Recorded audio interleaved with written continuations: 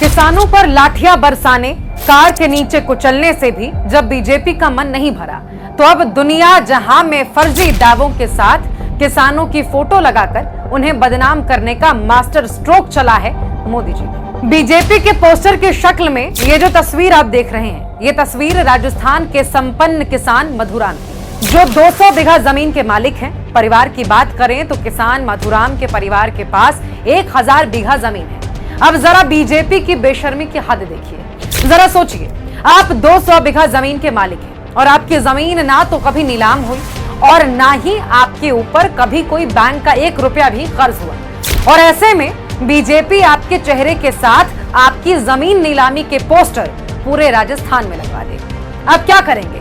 भाजपा इसी तरह सिर्फ राजस्थान में ही नहीं बल्कि पूरे देश में किसानों को शर्मसार कर रही है। अपनी तस्वीर के साथ जमीन नीलामी, बैंक कर्ज के पोस्टर देखकर मधुराम बेहद परेशान है। उनकी आंखों में आंसू आ गए। वो कहते हैं कि आज तक मेरे दरवाजे पर कोई 1 रुपए का सवाल करने तक नहीं आया, और बीजेपी ने मेरे फोटो छापकर मुझे पूरे देश में बदनाम कर दिया। कह रहे हैं कि मेरी जमीन नीलाम हो गई, मैं किस किस को जवाब देता फिरूं। गुस्से में लाल मधुराम ने बीजेपी पर केस करने तक की बात कही। अब ये तो आप भी जान ही गए हैं, बीजेपी को किसान, जवान, युवा, महिलाएं, किसी से कोई सहानुभूति नहीं।